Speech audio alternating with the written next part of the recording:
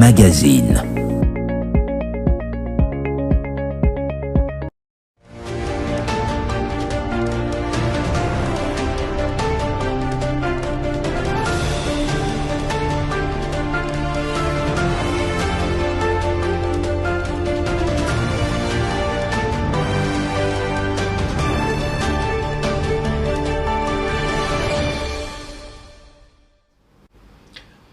Doha, mais avant c'était Nairobi, Luanda, Doha qui est venu, et puis Washington, et puis à Kinshasa, les catholiques, les protestants, rejoints par les réveillons, comment on les appelle encore, les églises de réveil indépendantes, ils ont eu leur recette.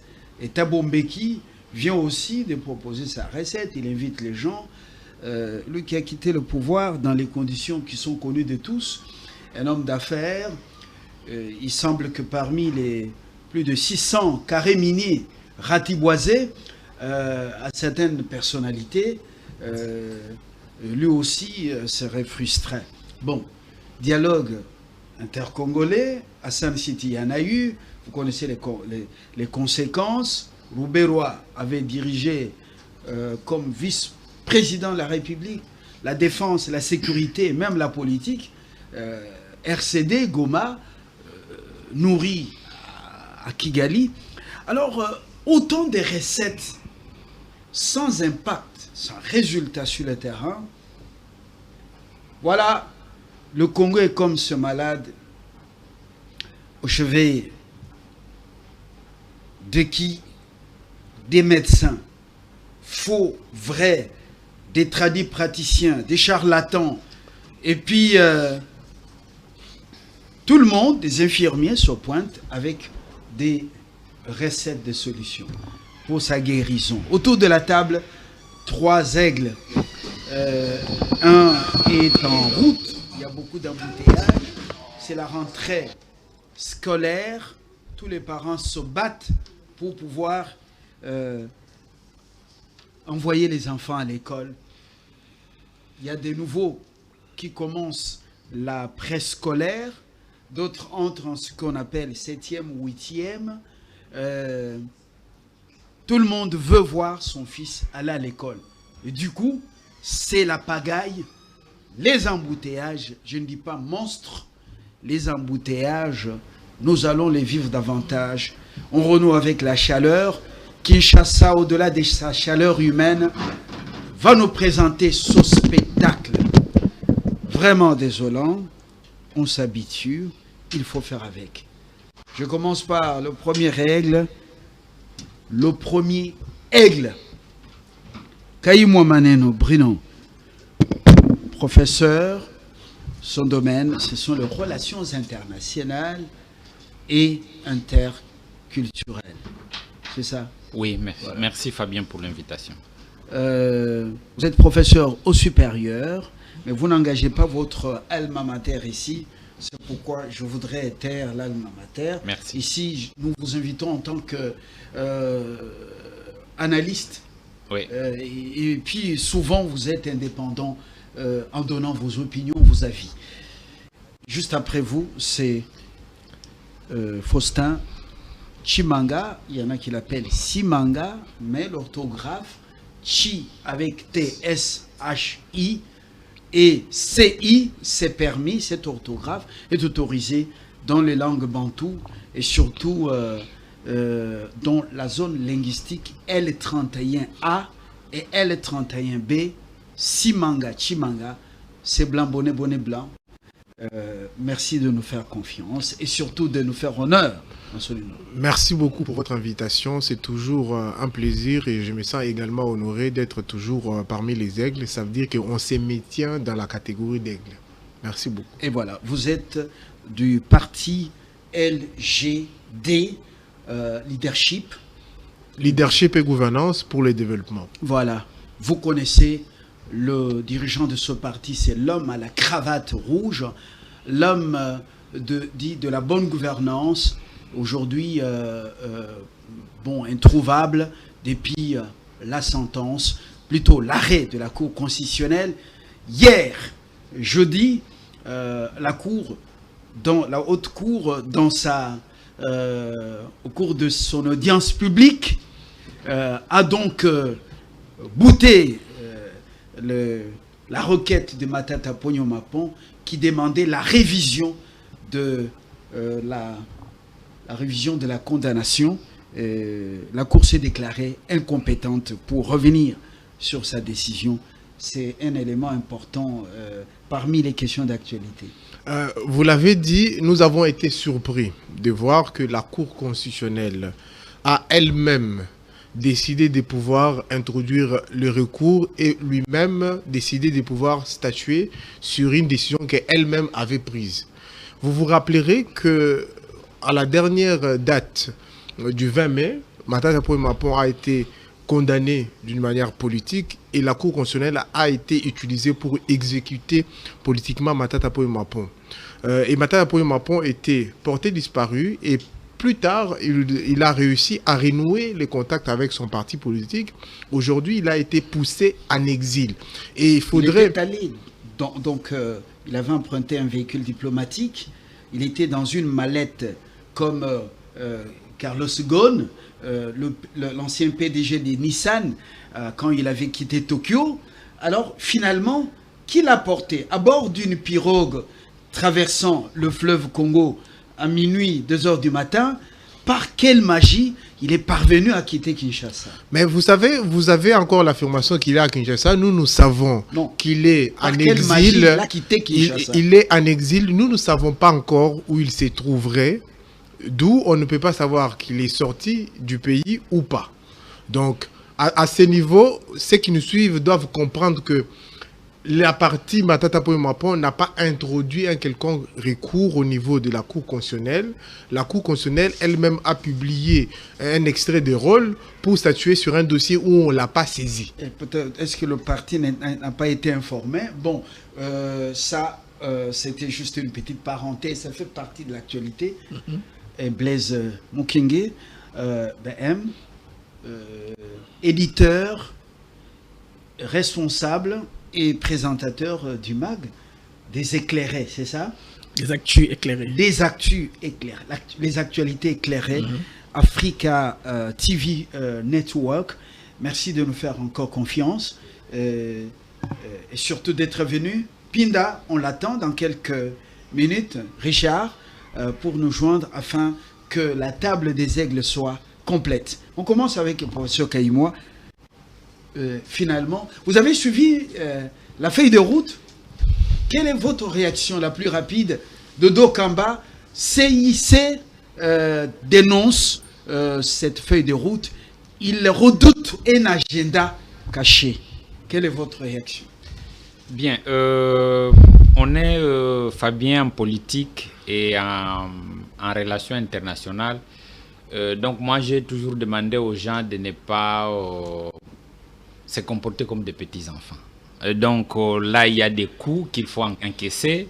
Il faut savoir jouer les jeux quand on est à la fois dans l'espace politique et dans l'espace politique international.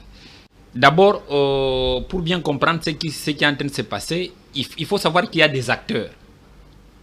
Des acteurs qui sont sur la première ligne, les CC et l'Église catholique, et les églises de réveil avec Dodo Kamba et les autres, ils ne se retrouvent pas. Et donc, ils veulent bousculer un peu ce qui est en train de... Ils ont été associés à ce Wenge, et puis et voilà, ils prennent part à des réunions.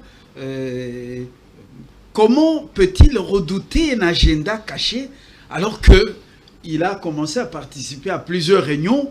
Il était inaudible. Comment cette sortie alors que la feuille de route a été rendue publique? Oui, c'est ce que j'étais en train de dire. Quand on est en politique, il ne faut jamais aller dans une réunion politique au niveau national ou international et dire qu'il n'y a pas d'agenda caché.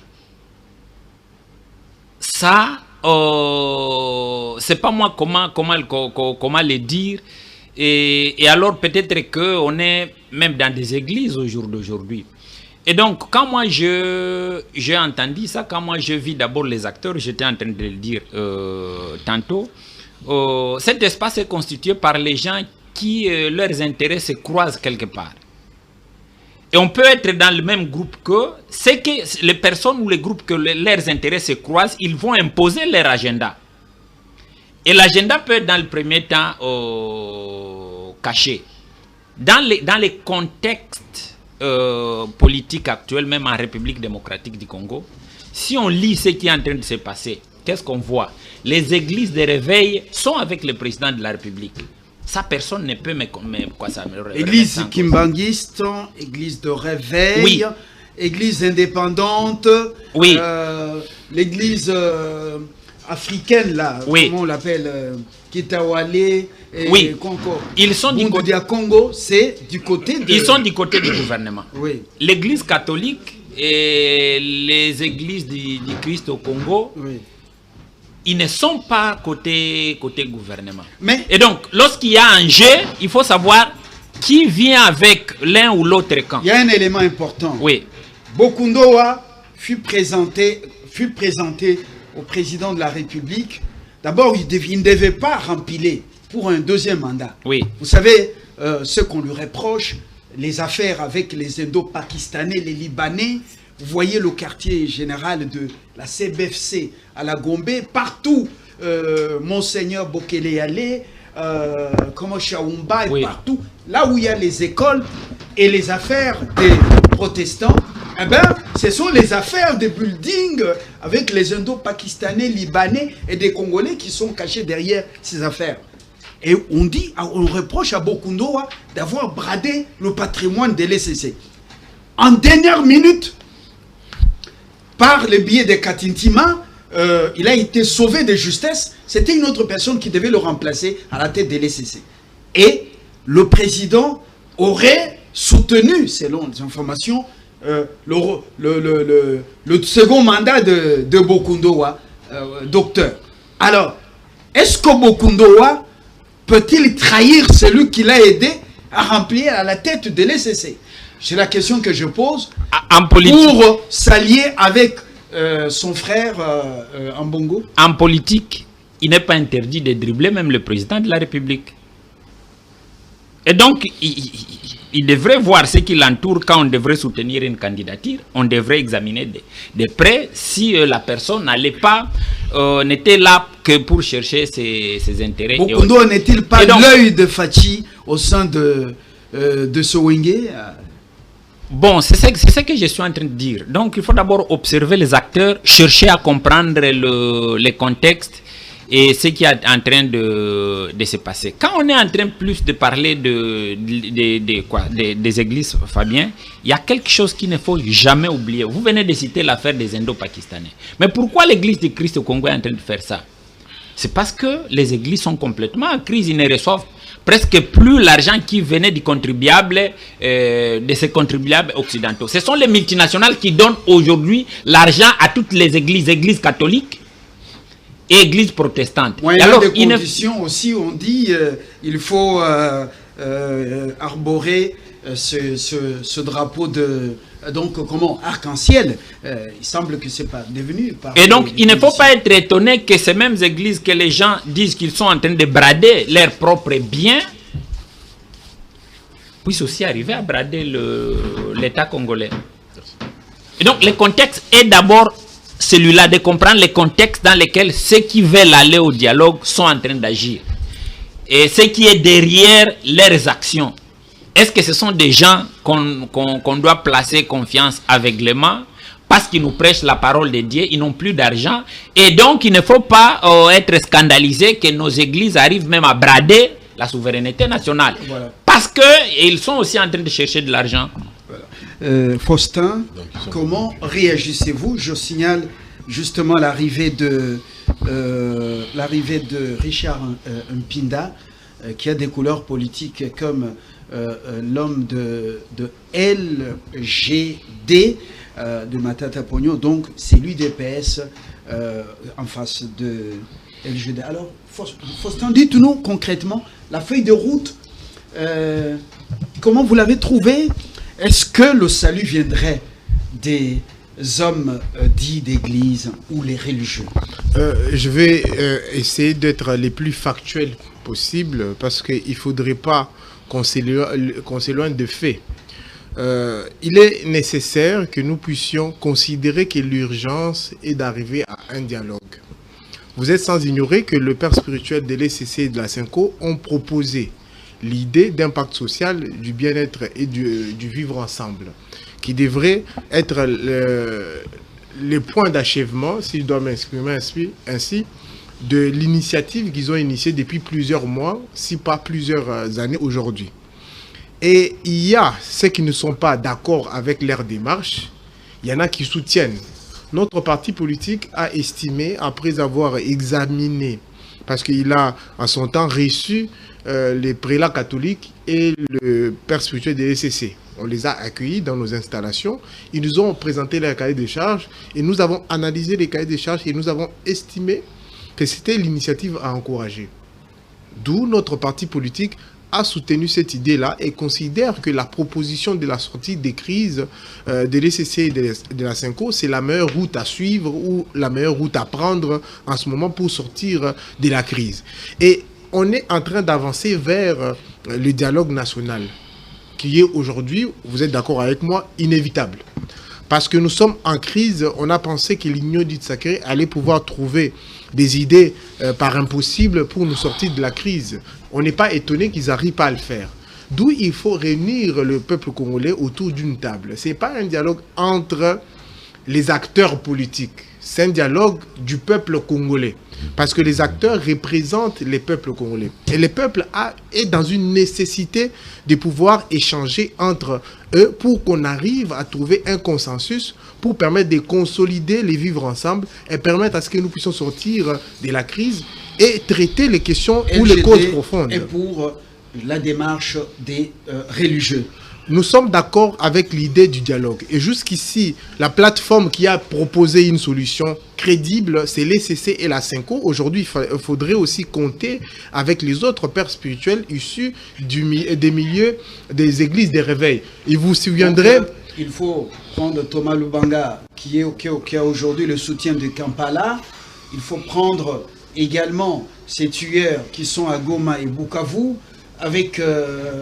bon, en fait, ceux qui sont à l'avant-plan de ce mouvement dit M23 et puis AFC, il faut les amener, il faut parler avec eux. Il y a une nécessité que les Congolais se parlent. Les Congolais de l'Est, de l'Ouest et du Centre sont frustrés. Et même si l'Union dite sacrée ne veut pas l'admettre, parce qu'à la manœuvre, vous vous souviendrez qu'à l'issue d'une audience accordée au prélat catholique et l'ECC, le président de la République, Félix Antoine Tshisekedi Tshilombo, les avait recommandé de pouvoir intégrer les autres, qui étaient dans une autre démarche presque parallèle. Et ils sont dans cette démarche-là, ils ont intégré les autres parce qu'on ne peut pas sortir de la crise sans intégrer les uns et les autres. Aujourd'hui, nous sommes sur un microcosme politique où il y a l'opposition non armée, l'opposition armée, la société civile et ceux qui sont au pouvoir aujourd'hui. Il faut permettre à ce que le Congolais puisse se parler entre eux pour que nous puissions sortir de la crise et à l'horizon 2060, parce que cette feuille de route donne l'horizon 2060 pour que nous puissions arriver à notre voie du développement. Et vous allez comprendre là, on arrivera au centenaire de notre indépendance en 2060. Entre-temps, plusieurs âmes prennent la direction de l'enfer, alors que ceux qui doivent annoncer le salut sont dans autre chose. Alors, je voudrais vous prendre, vous, en dernière position comme éditorialiste, très important. Richard, bienvenue. Merci, merci. Vous avez affronté les embouteillages, vous comprenez que la ville même est invivable. Non. Ne m'amenez pas dans cette logique. Voilà. Moi, je suis arrivé en retard parce que je me suis dit, la dernière fois qu'on avait perdu assez de temps, ça n'aurait servi à rien parce que moi, je suis AGB ici. Donc, ce qui voudrait dire que si j'arrive en retard, ce n'est pas par le fait des embouteillages. Ah, donc, il y a une partie de ma volonté. Vous avez pris l'hélicoptère? Non. Je suis arrivé en retard non pas par le fait de retard. Oui. Je suis arrivé en retard parce que je me suis dit, quelque part, Donc je tiens à m'en excuser parce que je pensais que l'erreur de la dernière fois allait revenir. J'ai suivi religieusement, docteur, c'est comme ça qu'on vous appelle. Bon, oui, professeur Caïmois. Oui. Vous ne voulez pas le dire. Dites tout simplement que certains hommes de l'Église sont corrompus. Parce que la parole de Dieu est claire sur cette question. Lorsque vous lisez Timothée, il est dit que les hommes de Dieu doivent être de modèles en conduite. Lorsque vous relevez les comportements aussi déshonorants, lorsque vous dites que lorsque on apprécie une candidature, il faut tenir compte de la moralité de la personne et surtout quand il s'agit de l'Église. Nombreux sont ceux qui sont compromis. Nombreux sont en train de justifier ce qu'ils ont perçu. Révérend évangéliste. Mais lui, il a dit autrement. Moi, j'ai dit ce qu'il n'a pas dit. Non, mais j'ai dit ce qu'il n'a moi, pas dit. je considère ça dangereux si vous, membre d'un parti politique, vous considérez que les gens qui sont dans l'église sont des gens qui ont plus de morale que nous autres. C'est ça le danger. Non, vous n'avez pas compris ce que j'ai dit, s'il vous plaît. Oui. Parler. Vous avez un stylo à côté. Je n'ai pas dit que les hommes de l'église avaient une très haute moralité. J'ai dit par contre qu'il faut apprécier. J'ai dit la question de la moralité des hommes de l'église pose problème. Et j'enchéris en disant ceci, que la parole de Dieu dit que vous devez être de modèle en conduite, en parole. Est-ce que Mbongo, il est un modèle en parole? Par exemple. L'archevêque Mouteba, pour vous, n'est pas un modèle? Je ne le dis pas. Je ne dis pas. Et la parole de Dieu dit, écartez-vous du milieu des infidèles. Lorsque vous avez Mouteba qui se partage un verre avec un criminel, il prétexte mission de l'église et tout ce que vous voulez. Et le Seigneur Jésus n'était pas aussi chez un collecteur d'impôts? Jésus-Christ était chez un collecteur d'impôts qui a accepté de recevoir Christ dans sa vie et il a changé sa vie. Il a pris tout ce qu'il avait comme richesse, il a donné aux pauvres. Après que Mouteba ait partagé un verre avec Nanga, Nanga a donné ses biens à quel pauvre? Non mais ils sont quand même sérieux. Ces gens, ils ne reflètent pas la parole de Dieu. Ils ne reflètent pas la vision de la parole de Dieu même. Donc vous pourriez me traiter d'évangéliste et de tout ce que vous voulez et je ferai avec. Révérend, maintenant, allons à la feuille de route. Je veux en venir avant d'arriver à la feuille de route. Je vois mon compatriote que j'apprends à apprécier énormément en face de moi. Mais il raconte des histoires. Ah non, les acteurs politiques ne sont pas la représentation du peuple. Non, pas du tout. Ceux qui sont la représentation du peuple sont au Parlement. Hormis votre chef, qui est aujourd'hui fugitif. Ça, il faut se le dire. Sinon, il avait reçu mandat. Il est député. Attention, attention. Il a été condamné. Ce qui voudrait dire qu'il n'exerce plus la fonction de député. Il l'a perdu. Et donc, c'est son suppléant qui doit maintenant exercer cette fonction. Il a été représentant du peuple. Il ne l'est plus maintenant. Revenons au Et sujet. donc, j'en viens. Non, il faut d'abord que l'opinion comprenne. Parce que nous allons très mal. Ici, nous avons tendance à trouver des justificatifs aux criminels ou aux présumés criminels. Aujourd'hui, la sentence va arriver sur Joseph Kabila. On dit, selon le procès que nous avons suivi par exemple, les faits reprochés à Joseph Kabila sont avérés. Aujourd'hui, j'ai posé cette question à un co-débatteur. Je lui ai dit, vous avez toujours clamé, prétendu que vous en avez fini avec le M23 en 2013. Laissez-moi en venir, s'il vous plaît. Laissez-moi, puisque je ferai le parallélisme avec tout ça. Vous avez dit en 2013, la question de M23 a été réglée. Comment vous en êtes arrivé à un accord? Parce que vous avez gagné. Et que la République, les FARDC avaient gagné la guerre. Pourquoi on en est arrivé à ces dialogues? Parce qu'il y avait une mission.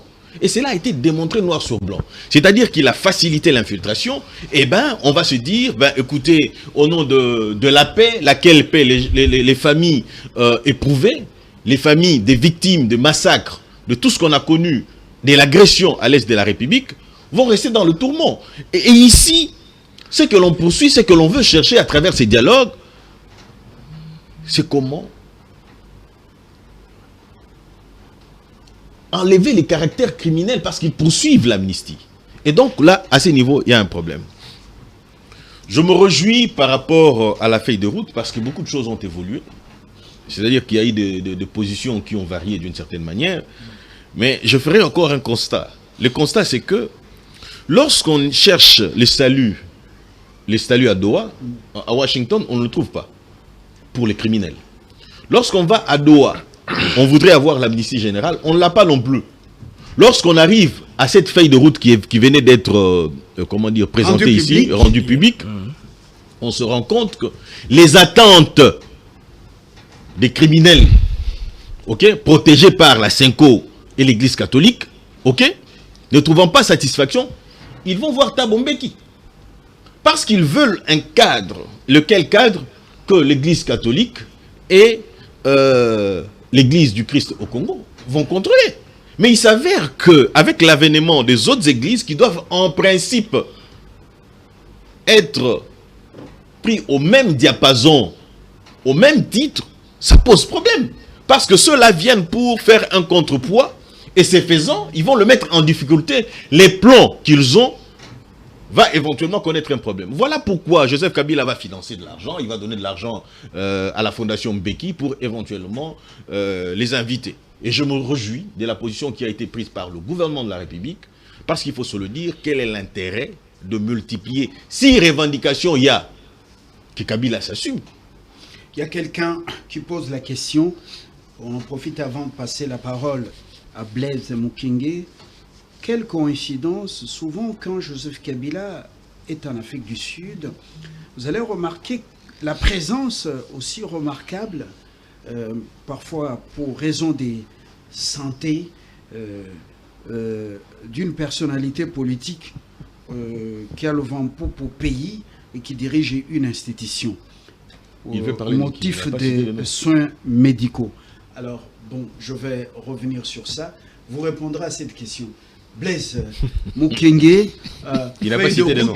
Nous faisons d'une pierre deux coups. Comment on appelle ça? Feuille de route. Oui, feuille de route. Catholique. Et puis, la proposition, ou le plan Mbeki, oui. Qui a lancé les invitations. Et Kinshasa a réagi, dit même le président de l'Assemblée nationale n'ira pas là-bas. Alors, c'était curieux. Pourquoi insister sur ça? Mais ça, c'est la position officielle du gouvernement, pas son porte-parole, Patrick Muyaya, qui a voulu un peu faire ça rapidement, quoi. Comme placer la charrue avant les bœufs, prendre parole pour tout le monde, dire qu'ils n'iront pas là parce que ces questions, il s'agit d'un forum de trop. Séparation des pouvoirs, il y a quand même l'exécutif, il y a le Parlement. Bon, c'est une façon de parler. C'est une façon de parler. Quand le président Tshisekedi avait quitté le sommet de la francophonie à Paris, vous connaissez le comportement de Macron, le président est parti dans les conditions connues de tous.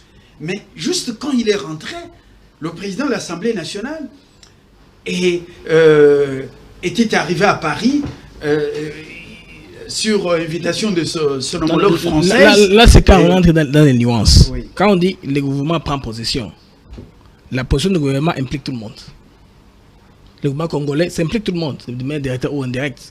Quand on va dans les nuances, maintenant on va voir la séparation des pouvoirs, l'Assemblée nationale. Quand on dit le gouvernement congolais a pris position, ça implique tout le monde. C'est la position du gouvernement congolais qui importe. On va dire la position de l'Assemblée nationale, du Sénat, que ce soit dans le thème de communication d'État, on parle de la position du gouvernement.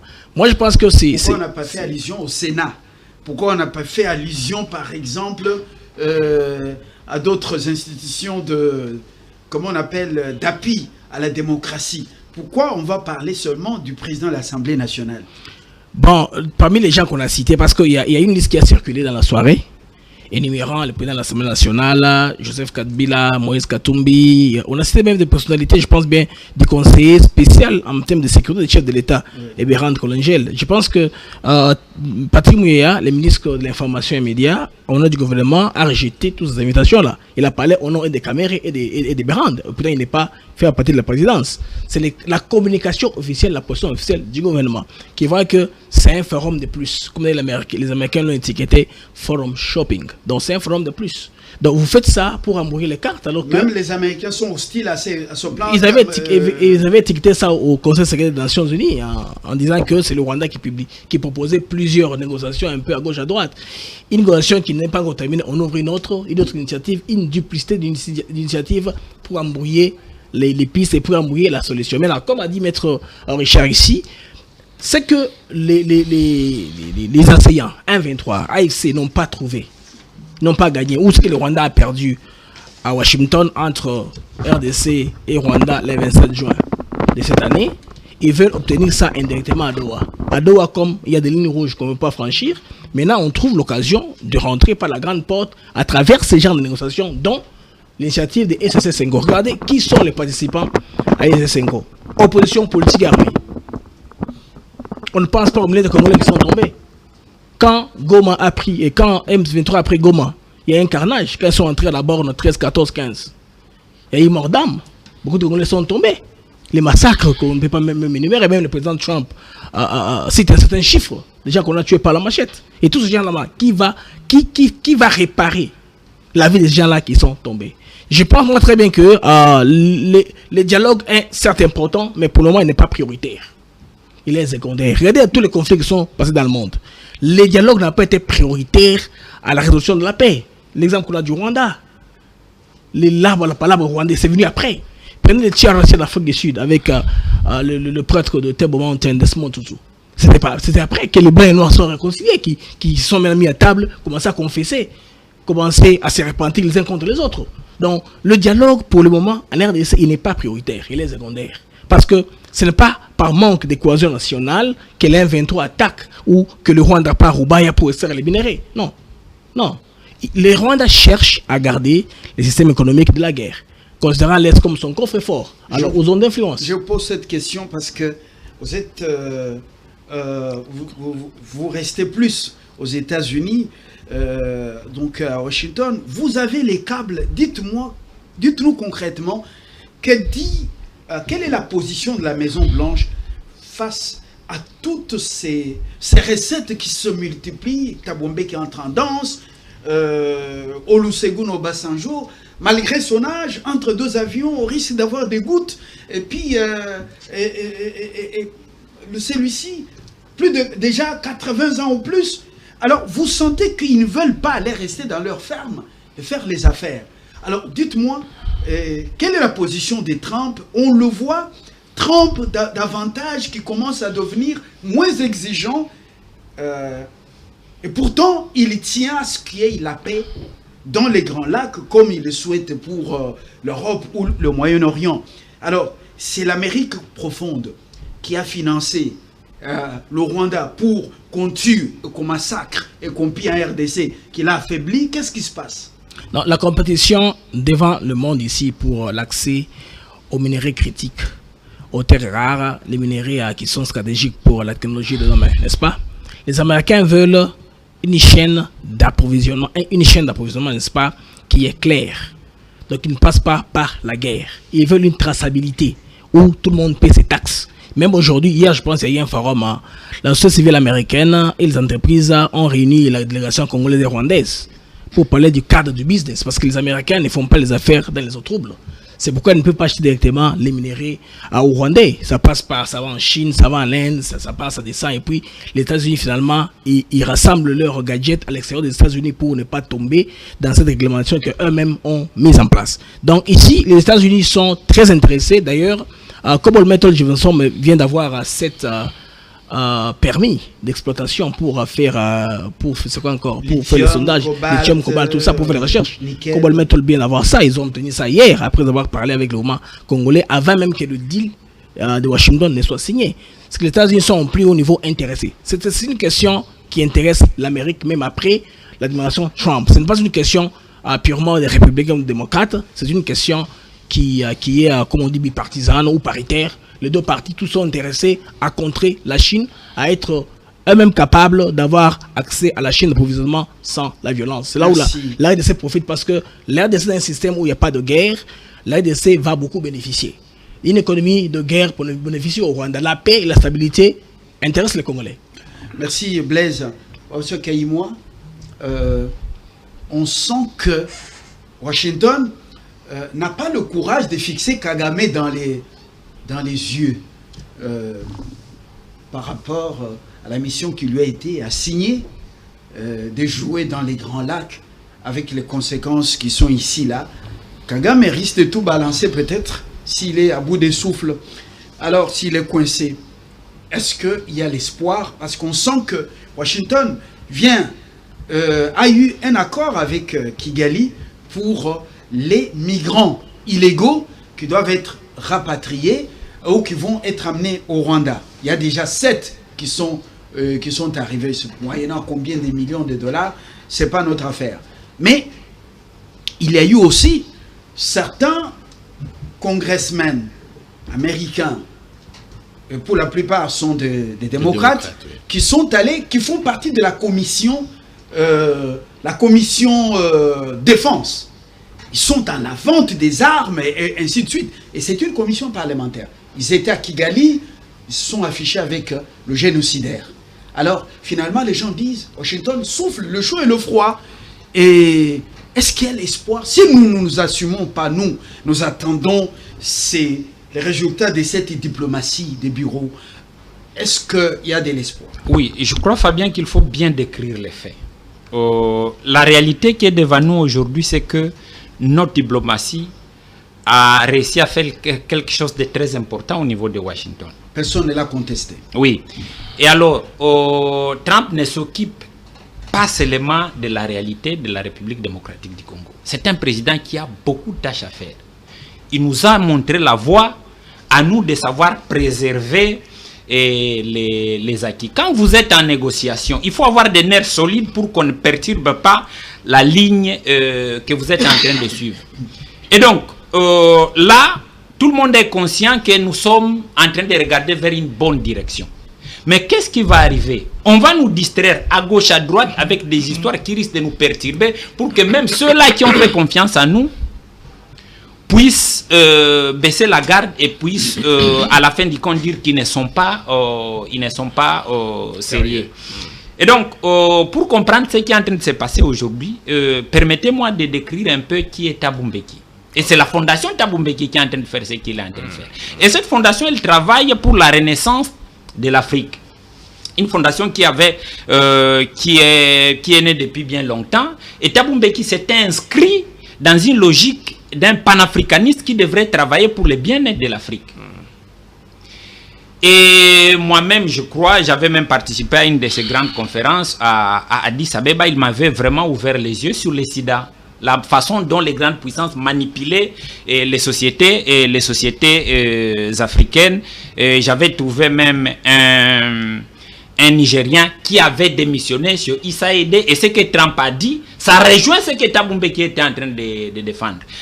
Mais qu'est-ce qui s'était passé? Mais Kinshasa dit Thabo Mbeki, vous allez continuer. Oui, c'est pas un homme crédible. Laissez-moi arriver. C'est pas un homme crédible. Si vous m'interrompez, je risque de ne pas bien expliquer. Je vous en prie. Oui. Et alors, Thabo Mbeki, à ce moment-là, par exemple, c'est lui qui avait défendu la cause de Laurent Gbagbo. Parce que le président de France, à l'époque, avait tenu à ce que Ouattara arrive au pouvoir. Et Thabo Mbeki, qui était le médiateur, avait compris que la raison était du côté de Gbagbo, mais la France avait manipulé l'opinion. Il avait même publié un article qui allait dans le sens de dire comment le monde s'était trompé concernant l'histoire de la Côte d'Ivoire. Il y a l'histoire Kadhafi qui était venue. Et Thabo Mbeki était parti au pouvoir de manière précipitée parce que les Occidentaux avaient planifié son départ. Et à partir de son départ du pouvoir, avec la pression qu'il a eue, ce n'était plus le panafricaniste que l'on peut compter aujourd'hui dans le continent africain.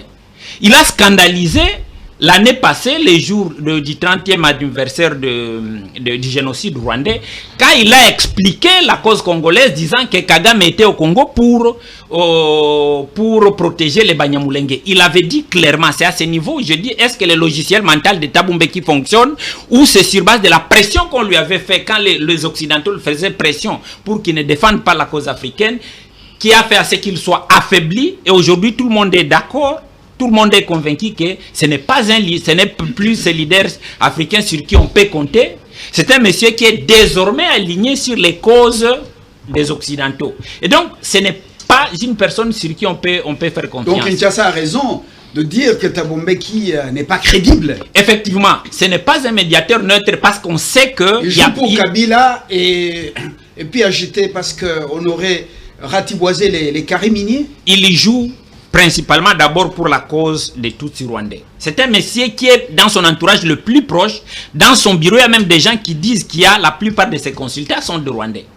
Et donc, un monsieur comme ça, quand il convoque une réunion dans le contexte international, personnellement, je ne peux pas dire, parce que quand on est en négociation, les contextes peuvent toujours vous obliger de dire est-ce qu'il faut aller, est-ce qu'il ne faut pas aller. Mais notre gouvernement a donné une position. Il faut voir le poids que représente la fondation Mbeki dans les contextes internationaux aujourd'hui. Cette fondation ne représente rien. Mais on doit rester vigilant. Il ne faut pas dire on ne va pas être là. Il faut créer un mécanisme pour qu'au moins les gens qui protègent les intérêts de la RDC soient présents dans des messes noires comme celle-là. De manière indirecte ou de manière directe, nous devons avoir nos hommes qui sont là. Pourquoi il est en train de le faire? C'est comme j'étais en train de le dire tantôt. Ils sont en train de brouiller un peu. Parce que, à vrai dire... c'est une diversion pour gâcher l'affaire de Washington. Bien évidemment. Et puis qu'on trouve en nous des gens moins sérieux. Bien évidemment. Parce que quelque part là, si vous regardez un peu le gens qui l'accompagnent, on était en train par exemple ici de parler de nos religieux. Moi, ce qui me scandalise un peu, c'est la confiance que la population congolaise continue à avoir. Je ne cesserai jamais de le dire, l'Église catholique, c'est une machine au service de l'Union européenne. Et l'Église du Christ au Congo, ce sont des machines qui travaillent pour les intérêts des Européens. Pour la CIA. Et alors, quand vous êtes en train de travailler... C'est pas pour la CIA, les protestants. Bien. C'est pas les agents de la CIA. Parfois, ils sont avec la CIA, ils sont avec les autres. Et nous, ce qu'on doit faire, c'est de rester... élever les niveaux de vigilance pour dire, lorsqu'on est en face de ces gens-là, on ne doit même pas dire que comme ils sont des religieux, ils peuvent... Non. Et aussi, ils sont en train de chercher leurs intérêts. Ils travaillent pour les intérêts de leur maître. Et donc, par rapport à cette question... Il faut être précis quand vous dites l'intérêt de leur maître. Ne pas confondre avec Dieu, parce que c'est que Dieu n'a rien à voir avec Dieu. Il faut être précis. Non, donc il dit, il faut dédouaner Dieu. Là, il faut dédouaner Dieu, parce que Dieu n'a aucun problème contre les Congolais. Est-ce que Dieu accompagne d'abord les religions? La plupart des religions qui sont dans... C'est pourquoi je suis en train de dire qu'ils travaillent pour leur maître. Et j'ai dit que le premier maître de l'Église catholique, c'est l'Union européenne. Le premier maître de l'Église du Christ au Congo, c'est l'Union européenne. Et le premier maître des églises de réveil, c'est les États-Unis d'Amérique. Le premier maître de l'islam, ce sont les Arabes. Si on oublie ça quand on est en train de parler, ça ne va pas fonctionner. Et si aujourd'hui, les accords que nous sommes en train de vanter, c'est parce qu'au moins on s'est rallié le pasteur. À un certain moment, moi j'étais un peu douté par rapport au rôle que les pasteurs des églises de réveil faisaient. Mais là, quand vous allez dans la profondeur de la chose, vous allez réaliser qu'ils ont ouvert la porte. Mais c'est à nous de savoir toujours capitaliser et de ne pas être naïf. Le problème, c'est la naïveté de Congolais. Merci beaucoup, Bruno. Je me tourne du côté de Faustin Chimanga. Selon les informations que nous avons reçues, vous croyez en cette démarche des pères spirituels, des catholiques et des protestants, même des églises de réveil? La démarche est noble pour retrouver la paix. Mais Faustin, cette information, vous allez répondre avec en toute liberté. Il s'est tenu une réunion dans la nuit de jeudi à vendredi, donc du jeudi au vendredi, j'utilise le partitif avec précision, c'était à Entebbe City, au sein de quel hôtel? Proti Hotels Marriott. La réunion a commencé de 23 h jusqu'à 1 h du matin. Le modérateur, c'est le général Salim Saleh, le petit frère ou le jeune frère de Museveni Kaguta. L'objectif, l'affaire de Thabo Mbeki, le plan Thabo Mbeki, par l'invitation et l'élargissement de leur mouvement. Thomas Lubanga faisait partie de cette réunion. La suite, je ne vous donne pas. Ils veulent quoi? À part Goma et Bukavu, il faut investir le Grand Nord. Le Grand Nord, l'Ituri, le Bas-Uélé et les Hauts-Uélé. Objectif, la province de la Tchopo, dans cette grande orientale. Lorsque vous sentez que ce qui se trame là-bas, est-ce que les pères, soi-disant spirituels, ne sont pas en train de plonger les dirigeants congolais, le peuple, dans la distraction? Vous savez, parce que l'agenda, il est l'autre. Vous savez, les peuples congolais qui nous suivent doivent être permis de rester lucide. Il faut être factuel. Vous avez donné une information que seul vous avez. En tout cas, je n'ai pas vu sur un autre média le même type de... Ben, ouais, curieusement, il n'y a que les membres de l'Union dite sacrée qui ont cette même information. Mais il faudrait tirer attention à ce qu'on met en avant. Parce qu'il y a une participation à la propagande indirecte et directe. Vous savez, je ne veux pas épouser totalement l'analyse du professeur. Il faudrait le rappeler que la profession qu'il exerce pousse à s'en tenir aux faits. Non, mais ici, n'engage pas l'université. Non, mais nous réfléchissons comme... On réfléchit, mais ça ne nous dédouane pas de la responsabilité de s'attacher aux faits. Ce n'est pas Maître Pinda qui va me contredire, il est avocat. Les faits sont sacrés. Vous savez, les initiatives qui sont prises pour établir la vérité, il ne faudrait pas faire croire à ceux qui nous suivent que l'initiative de la Fondation Mbeki, c'est une initiative pour la paix au Congo. Non, ça n'a rien à voir. C'est une conférence internationale sur la paix. Il n'y aura pas que les Congolais qui seront invités dans cette conférence-là. Il y a plusieurs chanceliers qui sont aussi conviés. Il y a plusieurs Européens qui seront dans la même conférence. C'est un peu... C'est pas San City Bis. Permettez-moi de ne pas participer à une certaine récupération politique en vue de mettre en avant la propagande de l'Union dite sacrée.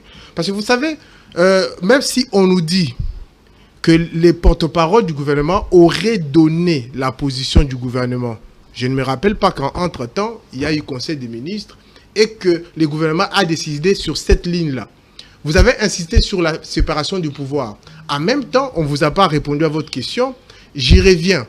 La personne, j'ai vu sur les réseaux sociaux, qu'on veut attacher une certaine participation pour lier à chaque fois tel à Kabila parce qu'on a diabolisé et la stratégie de propagande voudrait que tout le monde qui se retrouve sur un endroit ou sur un espace où se trouve Kabila, on les diabolise. Ça, c'est une stratégie qui a existé depuis l'accession du président Félix au pouvoir. Et ça, ils sont en train d'exceller dans ça.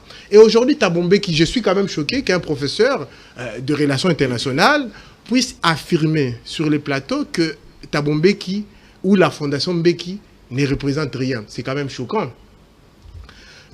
Partout dans le monde, il y a les think tanks. Il y a les acteurs des relations internationales, vous le savez mieux que moi, il y a les acteurs étatiques et non étatiques. Et les fondations et les multinationaux sont considérés comme les acteurs des relations internationales et vous le savez mieux que moi. Donc s'il y a un groupe des Congolais ou d'autres qui représentent un groupe de pression, les groupes de pression, vous le savez mieux que moi, en relations internationales, ils jouent et ils sont aussi acteurs des relations internationales. Mais affirmer sur ces plateaux que la fondation ne représente rien, ça sera quand même choquant venant d'un professeur des relations internationales. Je relance vous permettez... Vous allez parler, une précision. Thabo Mbeki a pris la parole il n'y a pas très longtemps. Vous avez suivi sa position sur le M23. Vous voyez, c'est quelqu'un qui s'affiche avec Kabila et vous connaissez comment il parle vis-à-vis du pouvoir de Kinshasa. Et puis, ce n'est pas terminé. Et maintenant, quand il vient avec une telle initiative, quelle est la crédibilité d'une telle initiative? Et puis, il y en a aussi trop. Macron, qui est proche de Kagame et qui tire grand profit des pillages des ressources du Congo, Macron lance aussi en septembre, je ne sais pas si c'est en septembre ici, pas la date précise, une autre initiative qui était déjà annoncée, qui avait avorté même une conférence internationale humanitaire sur le Congo pour récolter l'argent et tout ça. Alors, de qui se moque-t-on, Faustin? Mais vous savez... on est en train de dire tel est proche de l'AFC, mais entre-temps, vous oubliez de préciser, le gouvernement congolais a signé un communiqué commun avec le AFC, 1-23.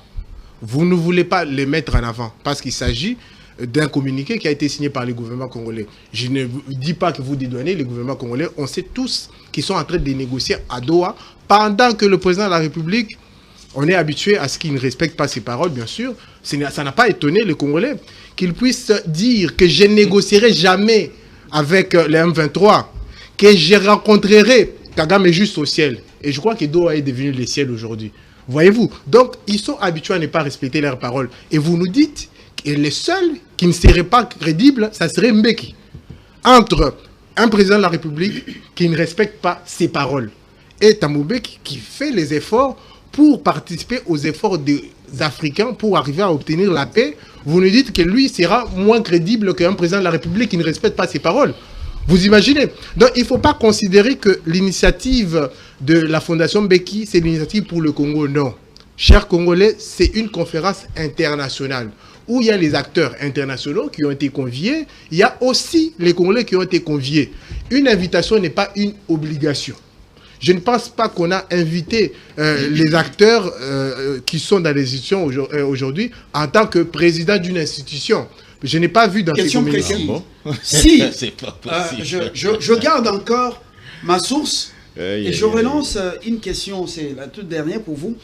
Comment expliquer que Thabo Mbeki lance ses invitations, le jeune frère de Museveni à Marriott, à l'hôtel Marriott, hein, Proti à Entebbe City, organise une réunion et le mot d'ordre discrétion, ils ont parlé des choses que je ne veux pas ici annoncer tout ça parce que tout n'est pas à dire.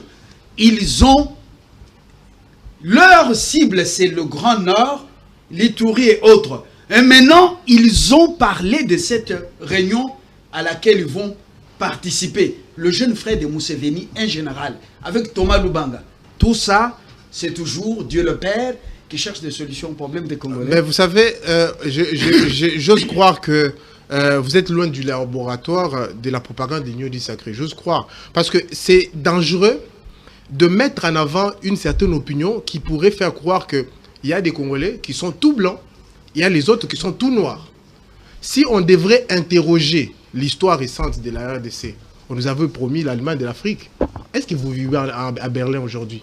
Non, mais écoutez. Est-ce que c'est pour autant qu'il faut prendre les armes pour tuer ses frères? Non, mais écoutez, vous savez, aujourd'hui, vous êtes d'accord avec moi que la misère tue plus les Congolais que les armes. Vous êtes d'accord avec moi que la corruption tue plus que les armes. Vous êtes d'accord avec moi qu'aujourd'hui, les manques d'électricité tuent plus que les armes. Vous imaginez combien des enfants sont morts aujourd'hui parce qu'il n'y a pas d'électricité? Et ça, on ne veut pas le mettre en avant parce qu'on veut diaboliser certains Congolais. Voilà, et on veut considérer que certaines personnes qui sont à l'Union du Sacré sont tout blancs. Merci, Faustin. C'est une très bonne réflexion. Mais malheureusement, pendant la bonne gouvernance, avec, on a les membres du gouvernement qui est le seul intelligent au pays, et Bukanga Lonzo nourrit les Congolais jusque maintenant. Ils nourrissent le 280 Vous êtes en train de me relancer ou pas? Tout ça, il ne vous relance pas parce qu'il me regarde. Il me met de l'eau. Tout ça, je crois que les Congolais n'ont pas été tués. Le massango de Bukanga Lonzo, on ne les consomme plus dans les containers, dans les quartiers où ils s'étaient. Ah, là, il faut préciser l'année, après 2016. D'excellence à Kindu, c'est une très bonne chose. Alors, Monsieur Mpinda, votre dernière prise de parole, trop de recettes, moins d'impact, moins de résultats. Finalement, les Congolais doivent croire en quoi? Est-ce que le pouvoir ici n'est pas quand même faible? Parce qu'on laisse tout le monde, même tout le monde peut s'improviser et créer Wengenaye, et tout ça, on gave les Congolais de ça. Finalement, où allons-nous? Washington, ça traîne. Non, je veux faire vite. Doha, ça tire à longueur. Je veux faire vite. Et le peuple meurt de faim. Il raconte sa vie. Et beaucoup n'ont pas préparé la rentrée scolaire. Je veux le rejoindre. Je veux le rejoindre pour dire que il y a des Congolais tout blancs, il y a des Congolais tout noirs. Et sur ce plateau, vous constatez qu'il est tout blanc. Donc, ce qui voudrait dire que cette nuance-là doit être prise en compte. Et, chers amis, il faut se le dire, hein, lorsqu'on a relevé ici la notion de la séparation de pouvoir, ça veut dire que chacun reste dans ses attributions. Les attributions de Vital Kamerhe ne consistent pas à engager la République en dehors du sphère qui est le Parlement, où il doit légiférer.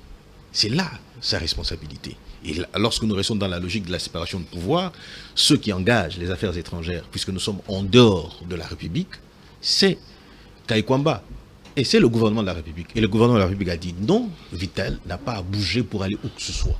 Il doit rester ici. Avait-il gêné Madame Kaikwamba? Laissez-moi y aller, laissez-moi y aller, laissez-moi y aller. Quelqu'un m'a posé la question de savoir. Quelqu'un m'a posé la question de savoir. Ah, maître, je vais le dire en lingala comme il a dit, hein, en ces termes à lui. Il dit, maître, Tabino Mopenda, Bilo Rognon soit au Vital Kamere et Joseph Kabila Salaki wana au Balobina Abdat. Est-ce que Salaki a moyen moko? Est-ce que pourquoi on n'a pas jugé les collaborateurs na Salaki dans ainsi de suite tout ça? Ok? Même si dans le lobby, la responsabilité, le fait pour lequel il est poursuivi, c'est du fait de l'article 28 du statut de Rome. Et ces faisant, c'est pour la responsabilité des faits d'autres personnes qui les ont commises et que lui l'avait su ou qu'il a donné mis les moyens à la disposition de ceux-là pour qu'ils perpétuent les faits qu'il a commis. Mais parlons-en de la responsabilité. Ici, je prends Moïse Nzangi à témoin. Je prends Eliezer Ntambo, qui est aujourd'hui ministre, tous deux d'ailleurs ministres. En 2009, un député national, Vital Kamere, est président de l'Assemblée nationale. Un député congolais, prétendument congolais, qui est allé au Rwanda, arrêté, poursuivi, condamné. Une commission avait été organisée ici par Vital Kamere et cette commission est allée vérifier. On leur a dit ceci, que celui que vous venez pour réclamer ici, c'est un citoyen rwandais.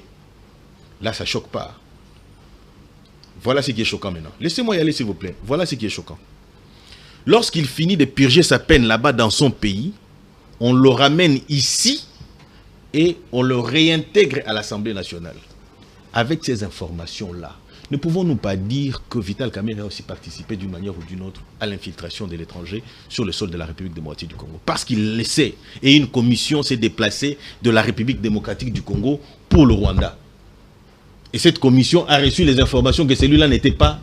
Mais pourquoi le président de l'Assemblée nationale ne vient pas pour éventuellement aller outre? Une autre question, ou une autre préoccupation, ou une réflexion, si vous voulez bien. J'ai dit, les affaires étrangères reviennent exclusivement. Et d'ailleurs, le patron des affaires étrangères, c'est le président de la République. Personne ne pourrait me contredire. C'est le président de la République. Comment expliquez-vous? Parce que je me suis posé la question, c'est du point de vue de la forme, hein, Vital Kamere est le président de l'Assemblée nationale. Et il se retrouve en conférence de presse avec le premier vice-président, vice-premier ministre belge, ministre des Affaires étrangères. Il y a déjà un problème, parce que ce n'est pas son homologue. Et j'ai aimé ce qui s'est passé lors de cette conférence. Pourquoi il a voulu damer les pions au ministre des Affaires étrangères? Parce que le ministre des Affaires étrangères était au pays. Qu'est-ce qu'il poursuivait? Il poursuivait une mission. Moi, je suis de ceux qui pensent qu'il doit avoir reçu une mission et que c'est faisant, il est en train de chercher par tous les moyens comment l'accomplir. Voilà. Et curieusement, je voudrais chuter en disant que l'homme Vital Kamere, en se présentant tel quel, on lui a rappelé par le ministre des Affaires étrangères que vous devez vous impliquer davantage. Vous devez même pas davantage, il a dit, vous devez vous impliquer. Est-ce qu'un ministre des Affaires étrangères d'un autre pays, notamment le Royaume de Belgique, doit-il rappeler au chef des corps d'un autre pays? Mais il a fait un constat. La mission qui est en principe, en principe, il ne devait pas le faire, mais il constate. Qui a déjà vu Vital Kamere, soit un point de presse, pour éventuellement donner ou trois phrases simplement du dialogue, ou dire quel est le bien fondé de ces dialogues-là. Mais il est tout le temps en train de, pas du dialogue j'allais dire, de l'accord de Washington, mais il est tout le temps derrière le dialogue. Et d'ailleurs, lorsqu'il parle, il dit qu'il faut associer les chefs d'État des États de Grand Lac. Mais ici, vous relevez, ce que vous relevez est probant. C'est une information réelle. Nous avons peut-être, vous ne l'avez pas. Nous, on a les avantages d'approcher certains services pour savoir comment ça se passe. Voilà, donc les informations peuvent circuler telles quelles. Okay? Ne dites pas l'union dite sacrée, tout ce que vous voulez. Monsieur Pinda, oui. Il a posé un problème ici. Et ça, c'est une évidence. Allez-y. Front diplomatique, oui. Ça demande de la patience. Professeur Kayimou l'a dit. Il faut rester constant, éveillé. Il ne faut pas tomber dans les pièges de l'ennemi. Mais pour le sachet de la ménagère, l'eau transformer ou lui redonner sa valeur pour qu'il le redevienne panier de la ménagère. Permettre à ceux qui travaillent d'envoyer leurs enfants à l'école. On sait que la SNEL a un service piètre quand même, mais on voit des buildings qui sont érigés là-bas, sont mieux servis que le peuple. Alors, il y a un problème de la faim. La faim tue, comme ça tue à Gaza, les mauvaises conditions de vie. Les gens, jusqu'aujourd'hui, nous sommes en direct le 29 août 2025. Les enfants reprennent le chemin de l'école le lundi matin. Plusieurs parents, je peux parler de 70% des parents, n'ont pas encore acheté ni cahier, ni uniforme, ni payé les frais qui sont exigés par les écoles. Il y en a qui exigent la moitié, d'autres la totalité des Minerval, 400 $, 600 $, 300, ainsi de suite. Personne n'a fait face à ça. Il y en a qui ont déjà les soucis ici de santé, AVC, quoi, maux de tête, ainsi de suite. Et le fameux ministre des Finances, qui avait reçu la mission de l'homme de peuple d'abord pour payer les gens le 25, les payer à partir de 18. La question va être trop longue, on oui, non, de ne pas répondre. 18, le 20 et autres. Je dois rester journaliste. Mais je ne vous demande pas de faire le contraire. S'il vous plaît, je suis leader d'opinion également. Alors ces gens, ils ne sont pas encore payés jusqu'aujourd'hui. Les banques, devant les banques, il n'y a rien.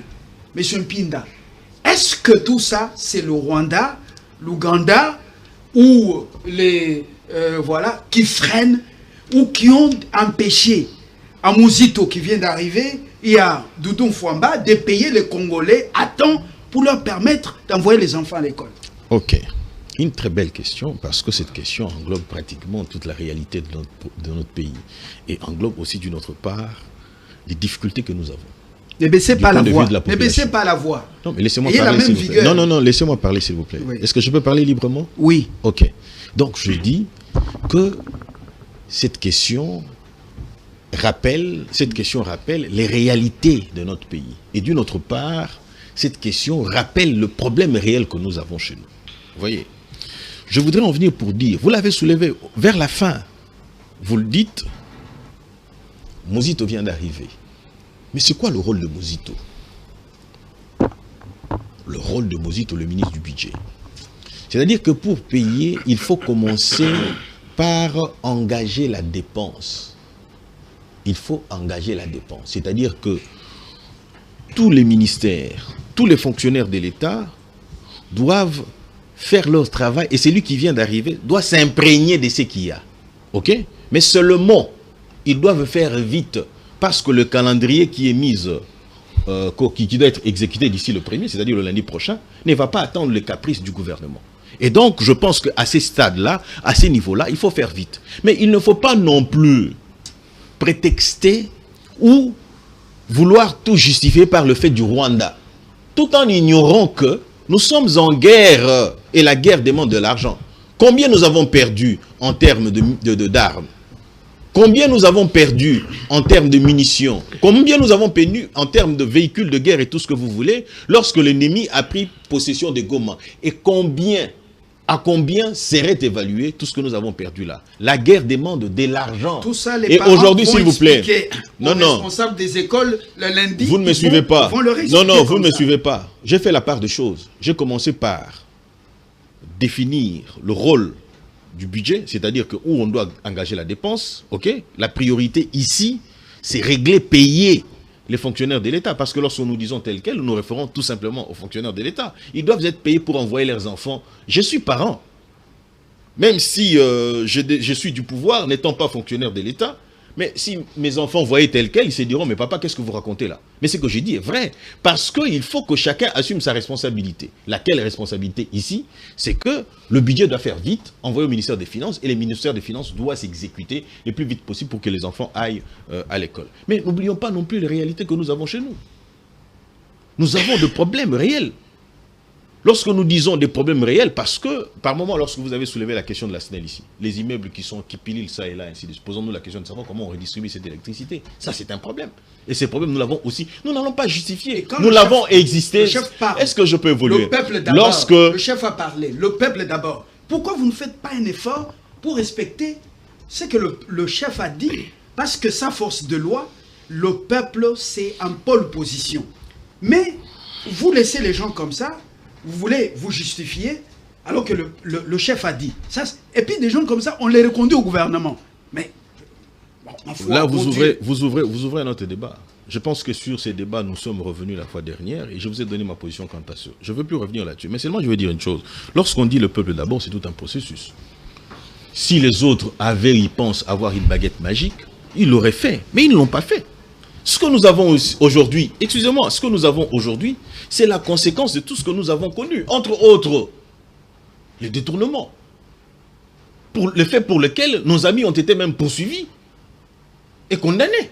Et donc nous disons des mauvaises habitudes qu'il faut extirper de notre mentalité, de notre quotidien. Entre autres, la corruption. Aujourd'hui, lorsque vous sortez dans la rue, lorsque le policier vous dit l'ICAS ou un truc, c'est une corruption. Aujourd'hui, nous condamnons les comportements de certains chefs religieux. Mais c'est quoi? C'est entre autres la corruption.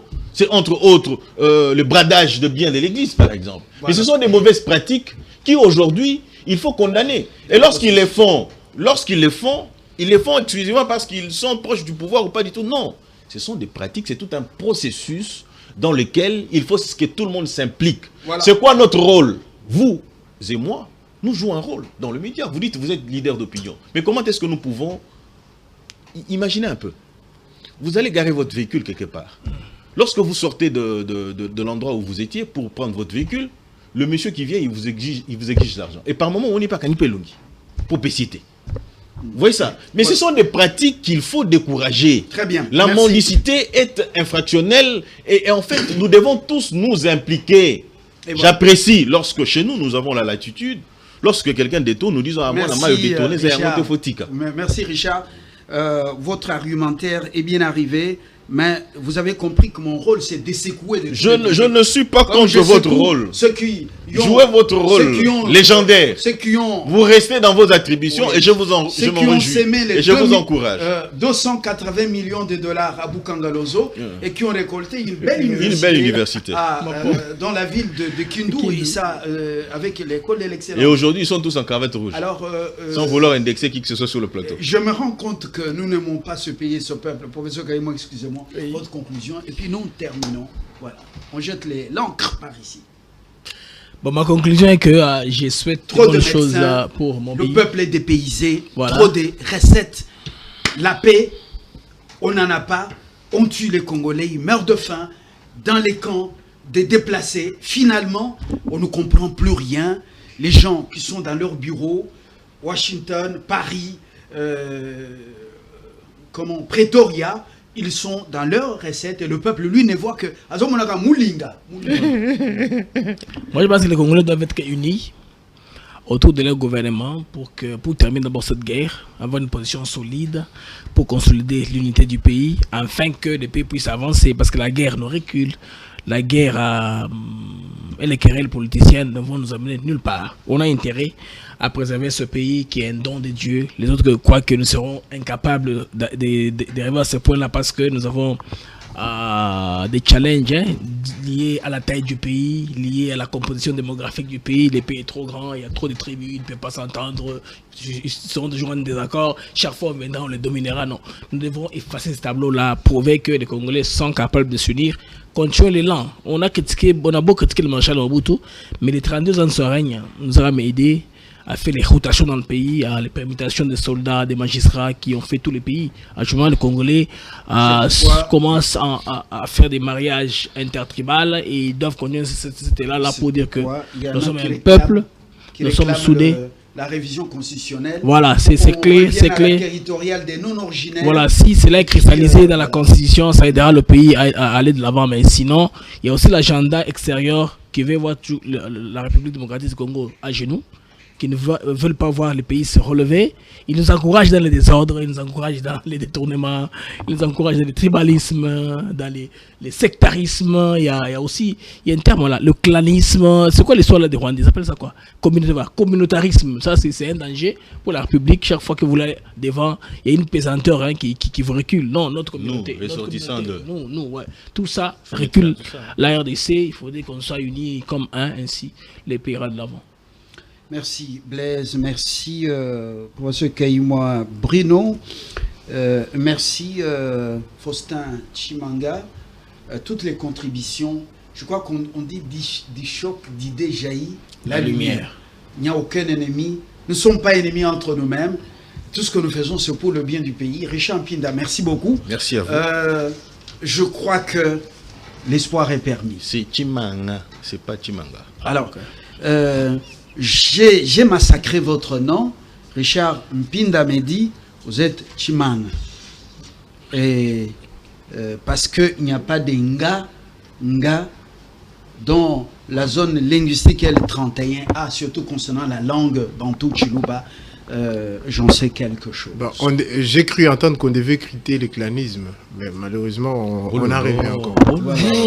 Bon, ça c'est le nom qui doit être prononcé comme il se doit. C'est une façon. Oh là là. On a à la fin. Et ça, c'est un clin d'œil. Chimanga, blanc, bonnet blanc. Alors, ce qui compte, c'est l'amour du Congo et l'amour des Congolais. Tout à fait. Et nous devons mettre notre science, notre droit, notre journalisme, notre économie, notre science au service de cette nation. Sinon, ce serait des disciplines de bureau appelées à disparaître. Et demain, nous n'aurons que la honte avant de partir. Partir où? Parce que nous n'avons même pas aimé Dieu, parce que nous n'avons pas aimé notre prochain. À très bientôt, avec le même plaisir. Sur